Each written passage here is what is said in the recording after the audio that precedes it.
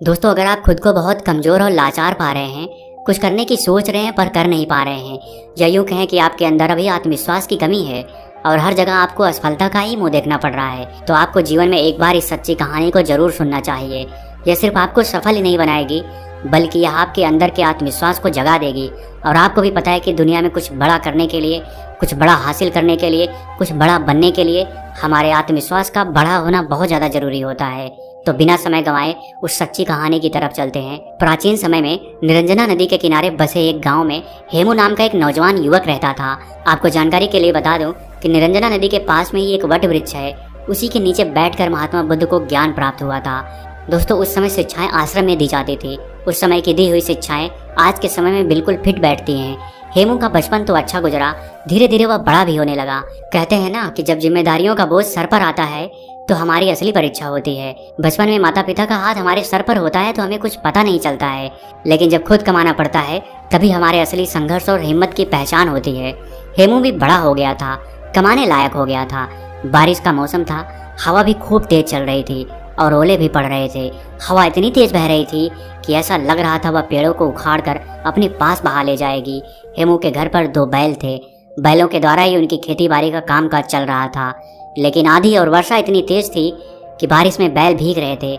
हेमू की माता ने भीग रहे बैलों को छांव में लाने के लिए जैसे ही बाहर निकली, वैसे ही वह फिसल कर गिर गई। उनकी कमर टूट गई। फिर उसकी माँ कभी ठीक से चल नहीं पाई। बहुत सारे पैसे उनके इलाज में खर्च हो गए, फिर भी बहुत खास असर नहीं हुआ। धीरे धीरे समय बीतने लगा। हेमू की माँ अब ज़्यादातर अपने बिस्तर पर ही लेटी रहती थी। हेमू नौकरी की तलाश में, कामकाज की तलाश में घर से बाहर निकल आया, क्योंकि अब उसे पैसों की ज़रूरत थी, तभी तो घर का काम आसानी से चल सकता। कामकाज की तलाश में वह घर से बाहर निकल पड़ा। जो पैसे वह लेकर निकला था वह सब 1-2 दिन में खत्म हो गए। हेमू को कई जगह पर काम भी मिला, पर वह कुछ दिनों ही वहाँ टिक पाता। उसके काम के करने के तरीकों की वजह से उसके मालिक असंतुष्ट हो जाते थे और उसे नौकरी से निकाल देते थे। ऐसा उसके साथ हर जगह हुआ। वह जहाँ जाता कुछ दिन नौकरी करता और फिर वहाँ से निकाल दिया जाता था, क्योंकि वह ठीक ढंग से कोई काम नहीं सीखा था। कई कमियां थी उसमें। हेमू को यह समझ में आ गया था कि कुछ कमी है उसमें, जिसकी वजह से वह हर जगह से भगा दिया जाता है। अब उसे ज़रूरत थी तो एक ऐसे गुरु की जो उसे सही मार्ग दिखा सके, क्योंकि ऐसे समय में अगर कोई सही मार्ग दिखा जाता है तो इंसान की ज़िंदगी संवर जाती है, क्योंकि यह मुश्किल भरे वक्त होते हैं। ऐसे में इंसान को बहुत ही संभलने की ज़रूरत होती है। हेमू हताश, निराश, परेशान होकर एक बगीचे में बैठा हुआ था। तभी उसे वहाँ से कुछ बौद्ध भिक्षुक अपने बर्तन में भिक्षा पात्र लेकर गाँव से लौट रहे थे और वे लोग आश्रम की तरफ बढ़ रहे थे। जब हेमू उन सबको देखता है तो वह उनका पीछा करने लग जाता है। पीछा करते करते वह भी उनके साथ आश्रम में पहुंच जाता है। जब आश्रम के कुछ बच्चों ने हेमू को देखा तो उन्हें लगा कि यह चोर है। वे लोग चिल्लाने लगे कि आश्रम में चोर घुस गया है। तभी कुछ बच्चे दौड़कर उसे पकड़ लेते हैं और आश्रम में लाते हैं। वह हाथ जोड़कर उन सभी से प्रार्थना करने लग जाता है और कहता है कि हे महात्मा, मैं कोई चोर नहीं हूँ, मैं जिंदगी से हारा हुआ एक इंसान हूँ। मेरी जिंदगी में कुछ भी बचा नहीं है। मेरी एक माँ है, उसकी कमर टूट गई है और वह बिस्तर पर लेटी रहती है। उसके इलाज में बहुत सारा पैसा खर्च हो गया और कुछ ही खेती बची थी जिसे पिताजी बेच दिए। मैं पैसा कमाने के लिए काम की तलाश में इधर उधर भटक रहा हूँ। मैं जहाँ कहीं जाता हूँ नौकरी से निकाल दिया जाता हूँ। मैं पूरी कोशिश करता हूँ कि मैं अपना 100% दे सकूँ, पर पता नहीं क्या हो जाता है कि जहाँ मैं जाता हूँ वहाँ कुछ दिनों बाद मेरा मालिक मुझसे नाराज हो जाता है और मुझे वहाँ से काम से निकाल देता है। इतना कहकर हेमू रोने लगा। दोस्तों, ऐसे बुरे वक्त में कौन नहीं रोएगा। तभी उस आश्रम के प्रधान भिक्षुक वहाँ पहुँच जाते हैं। वह सभी को हटने का आदेश देते हैं और उस हेमू के पास पहुँच जाते हैं और उसकी परेशानियों को समझते हैं। प्रधान भिक्षुक उस युवक की परेशानियां बड़े ही ध्यान से सुनते हैं। प्रधान भिक्षुक उस युवक से कहते हैं कि बेटे, तुम रो नहीं, तुम 10 दिनों तक कहीं नहीं जाओगे। इन 10 दिनों में हम तुम्हारी पूरी जिंदगी बदल देंगे। तुम्हारा खोया हुआ आत्मविश्वास लौट आएगा। लेकिन तुम इन 10 दिनों में मैं जो भी काम करने को कहूँगा वह तुम्हें करना पड़ेगा। अगर तुम 10 दिनों में मेरी बात मान गए तो तुम्हें पाने के लिए लोग तरस जाएंगे और तुम जिंदगी में बहुत ही आगे चले जाओगे। बस तुम्हें 10 दिनों तक यहीं रुकना है और जो मैं कहूँगा, जैसा मैं कहूँगा वैसा तुम्हें करना है। अगले 2 दिनों तक प्रधान भिक्षुक उसे पौधों में पानी भरने का काम देते हैं। वह पौधों में पानी भरता है और उसके काम को प्रधान भिक्षुक देखते हैं।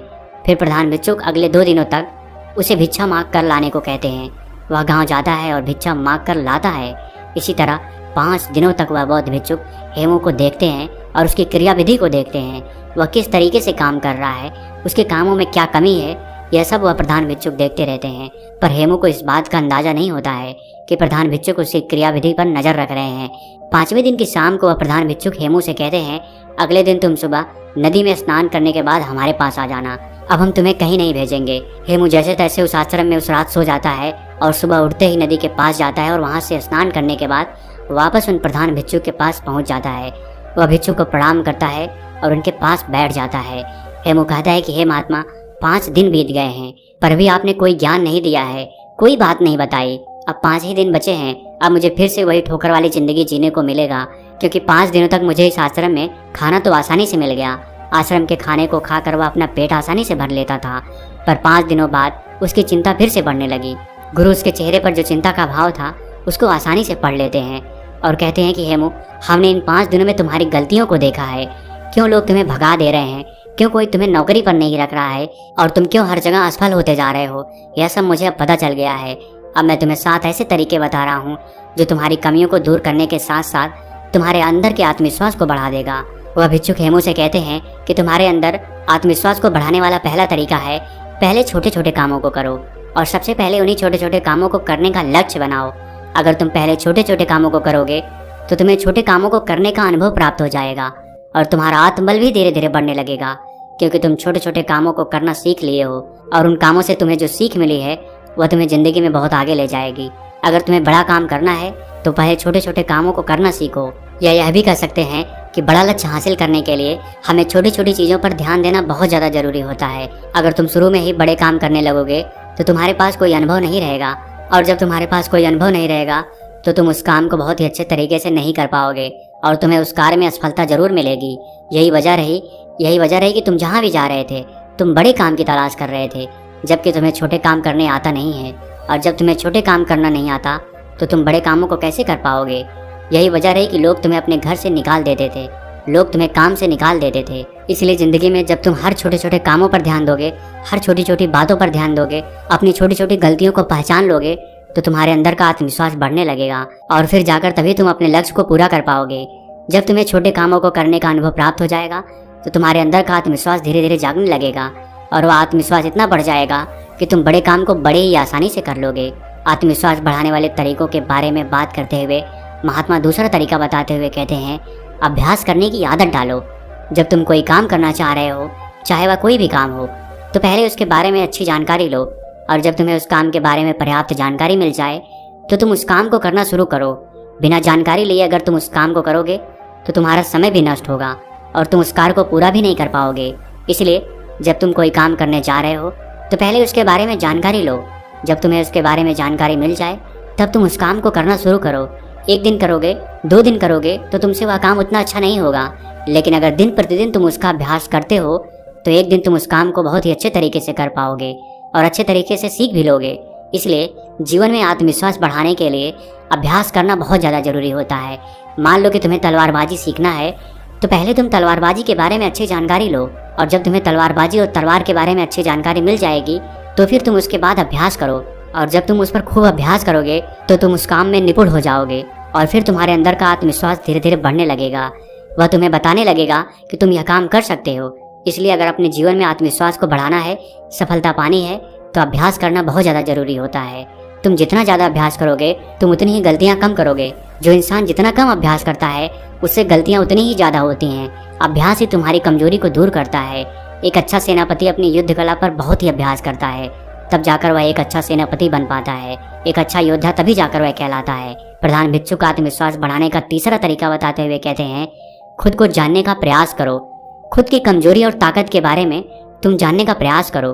अगर तुम्हें अपनी कमजोरी के बारे में पता है तो निश्चय ही तुम जो भी काम कर रहे हो उस काम को बहुत ही अच्छे तरीके से कर सकते हो, और अगर तुम्हें अपनी मजबूती भी पता है तो भी तुम बहुत ही अच्छा कर सकते हो।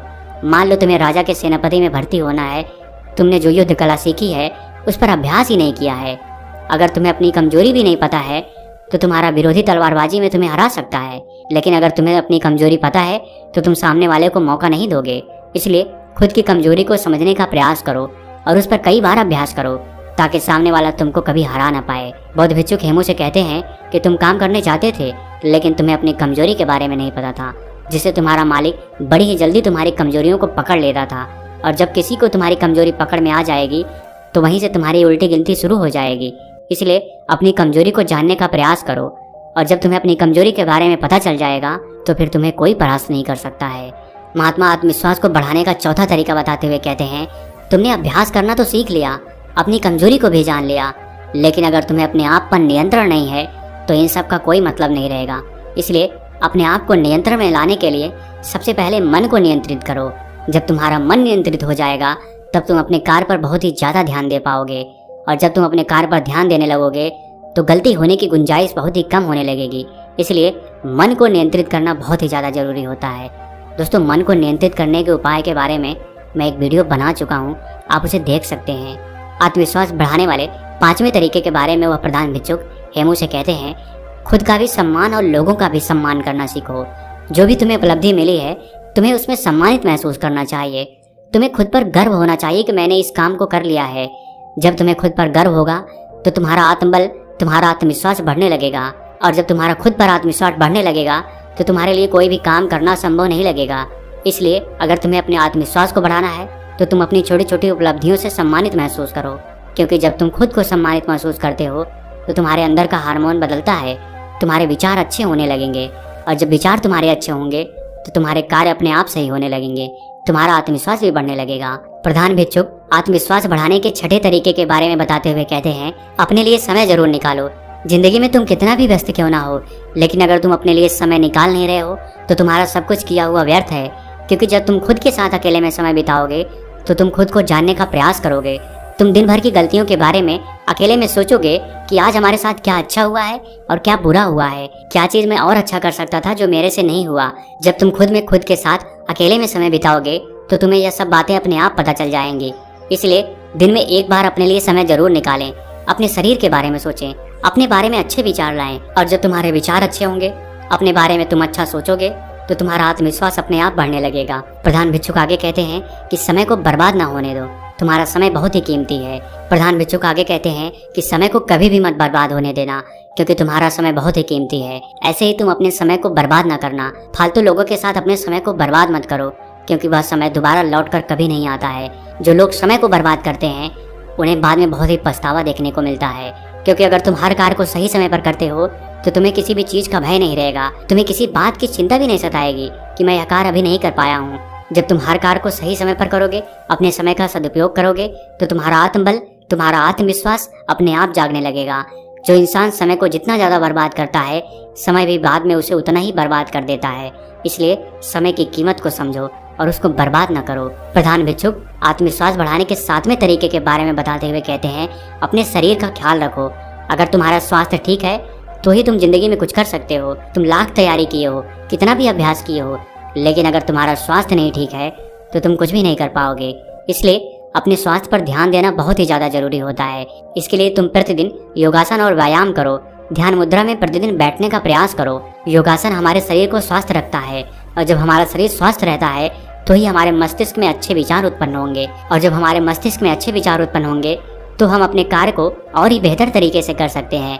हमारे सोचने समझने की क्षमता बढ़ती है, जिससे कि हम अपने कार्य को बहुत ही अच्छे तरीके से कर सकते हैं। दोस्तों, प्रधान भिक्षुक हेमू से कहते हैं कि हेमू, अगर तुम मेरी इन 7 बातों को अपने जीवन में अपनाते हो तो तुम्हें जीवन में आगे बढ़ने से कोई नहीं रोक सकता है, क्योंकि तुम्हारा आत्मविश्वास तुम्हें सफलता जरूर दिलाएगा। प्रधान भिक्षुक हेमू से कहते हैं कि हेमू, तुम यहीं मेरे पास 15 दिन और बिताओ, उसका पहले अभ्यास करो, फिर मैं तुम्हें राजा के यहाँ भेजता हूँ। 15 दिन बाद प्रधान भिक्षुक हेमू को राजा के यहाँ भेजते हैं। राजा हेमू की कार्यशैली को देखकर बहुत ही प्रभावित होता है और वह उसे अपनी सेना में सम्मिलित कर लेता है, जिससे उसका जीवन बहुत ही अच्छे तरीके से बीतने लग जाता है। दोस्तों, मुझे उम्मीद है अगर आप सब भी इन 7 तरीकों को अपने जीवन में अपनाते हैं तो आप भी अपने आत्मविश्वास को बढ़ा सकते हैं, और जब आपका आत्मविश्वास बढ़ जाएगा तो आप अपने जीवन में कुछ भी कर सकते हैं। दोस्तों, अगर आप पहली बार मुझे सुन रहे हैं तो हमसे जुड़ने के लिए इस चैनल को सब्सक्राइब करना मत भूलिएगा। मिलते हैं अगली वीडियो में।